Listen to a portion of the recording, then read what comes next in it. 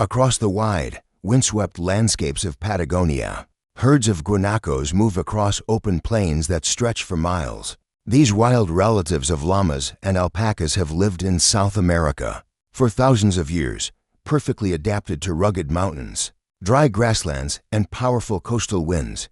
But far from these remote habitats, another scene unfolds inside large industrial processing facilities. Specialized teams and advanced machinery transform raw animal materials into products used around the world. Fur for cold weather garments, lean meat for specialty food markets, and durable leather for gloves, belts, and boots all begin their journey here. So how does a wild animal from the remote regions of South America become part of global industries? The process starts with carefully regulated wildlife management programs.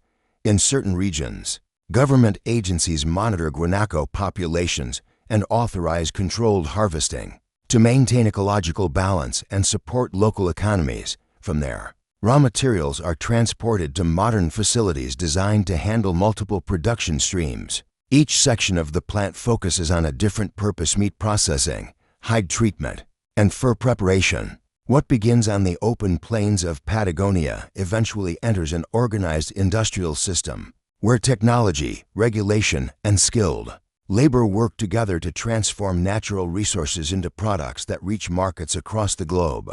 To understand this industry, it begins with the animal itself, the guanaco. The guanaco is a wild camelid native to South America and one of the closest relatives of the domesticated llama and alpaca. For thousands of years, these animals have roamed some of the continent's most challenging environments, including dry grasslands, high mountain plains, and the cold, windy regions of Patagonia.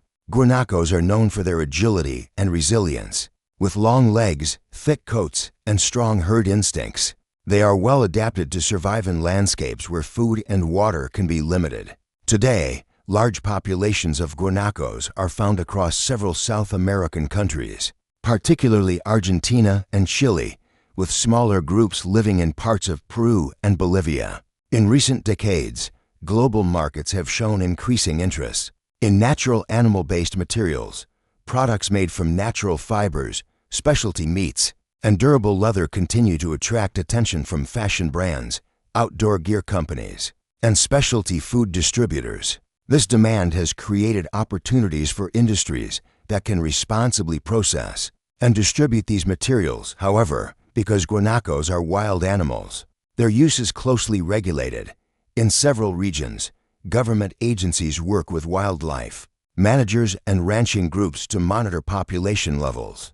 These organizations establish controlled management programs that allow limited harvesting, while maintaining stable wild populations. The goal of these programs is to balance economic activity with environmental responsibility. By setting quotas, tracking herd health, and enforcing regulations, authorities aim to ensure that guanaco populations remain sustainable over the long term. Once materials are legally obtained, large-scale processing facilities play a critical role in the supply chain. These modern plants are designed to handle the complex transition from raw animal materials to finished commercial goods. Through specialized equipment, skilled labor, and strict quality standards, the facility becomes the place where natural resources are prepared for global markets. The process begins long before anything reaches a factory floor. In regions where guanacos live, wildlife agencies monitor herd populations through surveys and tracking programs.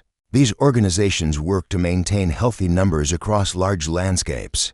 When population levels allow, regulated harvesting programs may be authorized. Licensed wildlife managers and trained ranchers operate under strict guidelines designed to follow regional laws and conservation plans. In the field, animals and raw materials are inspected to confirm they meet legal and health standards. Before entering the supply chain, once approved, the next step is transportation. Materials are carefully moved from remote areas to centralized processing facilities. Because many guanaco habitats are far from major cities, transportation logistics play an important role. Refrigerated trucks help preserve meat quality and protect raw materials during the journey to industrial plants. Inside the facility, the first stage is sorting and separation. Workers divide incoming materials into 3 primary production streams: meat, hides, and fur. Each section of the plant is designed for a specific type of processing, allowing specialized teams and equipment to focus on a single task while maintaining efficiency. In the meat processing section, cuts are trimmed and inspected under food safety standards similar to those used for other regulated game meats. Guanaco meat is known for being naturally lean and rich in protein. After inspection, it is packaged for specialty food markets, restaurants, and export distributors. Meanwhile, hides move to the leather processing area. Here they are cleaned, cured, and treated through tanning procedures that stabilize the material and improve durability. The finished leather can later be used to produce items such as boots, gloves, belts, and other accessories. Pelts follow a different path. They are cleaned, dried, and carefully prepared to preserve the natural texture of the fur. Skilled technicians evaluate each pelt based on color, thickness, and condition. Higher-grade pelts are then shipped to manufacturers that produce garments and decorative trims. Beyond the industrial process, the guanaco itself is a remarkable animal shaped by one of the most demanding environments on Earth. Guanacos are built for speed and endurance. In open grasslands and mountain plains, they can run at speeds of more than 30 miles per hour. This ability helps them escape natural predators and travel long distances in search of food and water. Their long legs and lightweight bodies allow them to move efficiently across rugged terrain that might slow down many other animals. Another key feature is their thick coat. The climate in regions like Patagonia can change quickly, with strong winds, freezing temperatures, and sudden weather shifts.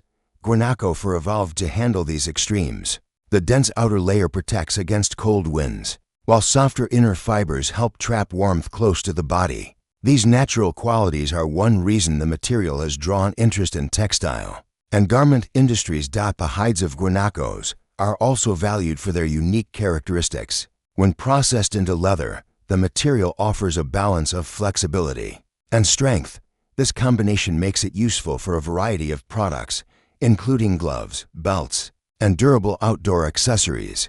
Manufacturers often look for leather that can remain soft while still holding up under regular use, and guanaco leather can meet both requirements. In some parts of South America, wildlife managers face the challenge of balancing wild animal populations with agricultural activity. Large guanaco herds sometimes compete with domestic livestock for grazing areas. Because of this, certain regions have developed controlled harvesting programs designed to manage herd sizes. While maintaining healthy ecosystems, these programs aim to balance conservation, land use, and economic opportunity, ensuring that wildlife populations remain stable while supporting rural communities that depend on the land. Behind the scenes of any large processing industry, systems of quality control and sustainability play a critical role. For guanaco resources, the process begins with government oversight. Wildlife agencies in several South American countries monitor herd populations through field surveys, satellite tracking, and ecological studies. Based on this data, regulators establish harvest limits designed to keep populations stable over time. These quotas are reviewed periodically to ensure that wildlife management programs remain aligned with conservation goals. Once materials enter the commercial supply chain, processing facilities must follow strict operational standards. Plants that handle meat products are required to comply with food safety regulations, similar to those used in other inspected meat industries. This includes sanitation procedures, temperature control, and regular inspections to ensure products meet both domestic and international export requirements. Quality control also extends to the handling of hides and pelts. Specialized equipment and trained technicians evaluate materials for condition, consistency, and processing standards. Maintaining these standards helps ensure that finished leather and fur products meet the expectations of manufacturers and global markets. In recent years, many facilities have also focused on reducing waste during production. Modern processing systems are designed to use as much of the raw material as possible. Meat, hides, and pelts each enter separate production lines, allowing multiple products to be created from the same resource. This approach helps increase efficiency while reducing unnecessary disposal. At the same time, conservation programs remain an important part of the broader system. Researchers and wildlife managers continue to track guanaco population trends to ensure that harvesting practices do not threaten long-term survival. Together, regulation, industrial standards, and environmental monitoring aim to create a system that supports both economic activity and responsible wildlife management. What begins as a wild animal moving across the open plains of Patagonia eventually becomes part of a much larger global system. Through a carefully organized chain of wildlife management, transportation, and industrial processing, different parts of the guanaco are transformed into a range of commercial products. Meat may reach specialty food markets, hides are converted into durable leather goods, and pelts can become materials used in clothing and accessories. Each stage of the process involves specialized equipment, skilled labor, and regulatory oversight designed to ensure products meet international standards. The guanaco industry highlights how traditional natural resources can intersect with modern technology and global trade networks. What once supported only local communities has gradually become part of a broader marketplace that connects remote landscapes with consumers around the world. At the same time, this system depends heavily on responsibility